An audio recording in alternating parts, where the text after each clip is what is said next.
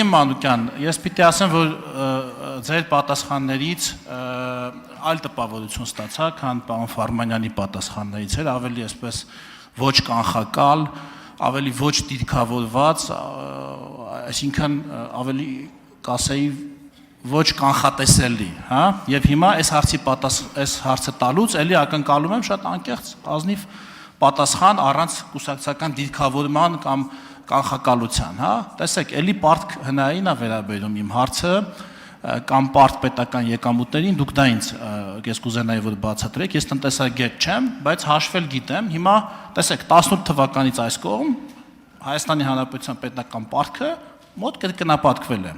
Հիմա ես կուզենայի ոչ թե հնայի հետ համատել, պետական եկամուտների հետ։ Պետական եկամուտներն էլ են կրկնապատկվել, ավելի քան կրկնապատկվել են։ Հիմա 18 թվականին Հայաստանի Հանրապետության պետական եկամուտները 3.6 միլիարդ դոլար էին, պարտքը 8 միլիարդ դոլար, անցած տարվա թվերն եմ նայում, պետական եկամուտները 7.8 միլիարդ դոլար են, այսինքն 2.1 անգամով աճել են, պարտքն էլ 15 միլիարդ, ընդհանուր պարտքը ներքինով, արտաքինով 15 միլիարդ դոլար։ Հիմա եթե ասա պարզեցնենք, անհատ մարդու վրա օրինակ բերենք, ասենք նույն անհատ մարդը, ասենք ունի 10 միլիոն դրամի վարկ, պարտք եւ 5 միլիոն դրամ տարեկան եկամուտ 20 տարվա փակելու ժամկետով։ Այն մյուս տարի ունի 20 միլիոն դրամի վարկ եւ 10 միլիոն դրամ եկամուտ։ Այսինքն եթե մարդու եկամուտները,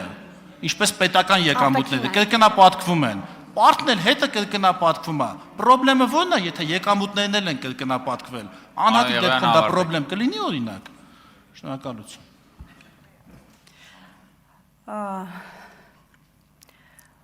Պարոն Եղոյան, որքանով են աճել պարտքի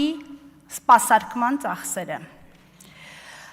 Այդ որ դուք ասում եք եկամուտները աճել են, պարտքն էլ է աճել։ Իսկ պարտքի սպասարկման ծախսերը, այս պահին մեր պարտքի սպասարկման ծախսերը մեր հարկային եկամուտների, բյուջեի եկամուտների 11%-ն է։ Համամասնորեն են աճել։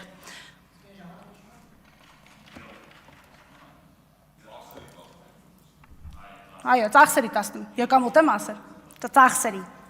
11%-ը։ Եթե կարծում եք, որ համամասնորեն են աճել ու խնդիր չեք տեսնում, մենք դրա մասին քննարկում կունենանք անպայման։ Արձագանք, պարոն Եղոյան։ Շատ լավ, Տիկին Մանուկյան, ձեր ասած այդ թվերը ես չեմ կարող հիմա ճշտել եւ անկեղծ ասած կապնել, ես տնտեսագետ չեմ, էլի, դրա համար կուզենայի, որ դուք ձեր հաջորդ պատասխաններում եւ ելույթում դա մանրամասն բացատրեիք ոնց է աշխատում, բայց էլի անհատի վրա օրինակ բերեմ։ Ենթադրենք այսին բերած օրինակում, ասենք 5 միլիոն եկամուտ ուներ, 10 միլիոն վարկ։ Ասենք լավ, այնտեղ 9% այդ ամբողջ եկամուտից տոկոսը մարում, այնտեղ 10% էր մարում։ Դա շատ բան փոխում է այն անհատի կյանքում, եթե իր ընդհանուր վարկի ծավալը,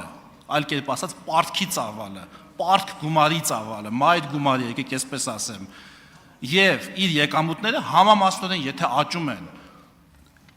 արդյոք տոկոսագումարի վրա գնացող գումարի տատանումը տոկոսային հարաբերությամբ շատ բան է փոխում այդ մարդու ֆինանսական կայունության մեջ։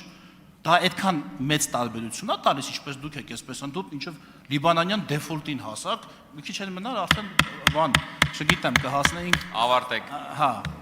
Դա շատ մեծ տարբերություն տալիս է ձեր ասած փոփոխականը։ Շնորհակալություն։ Պարոն Եղոյան, զարմանում եմ, որ տարբերություն չեք տեսնում, թե ինչ դրույքաչափով կամ ինչ տոկոսադրույքով է միջոցը ներգրավում։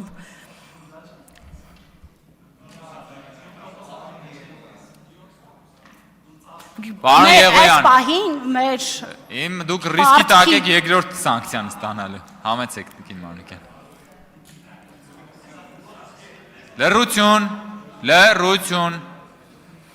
Համեցեք, Տիկին Մանուկյան, եթե արձագանքում եք, արձագանքեք։ Ավարտեցիք։ Այո։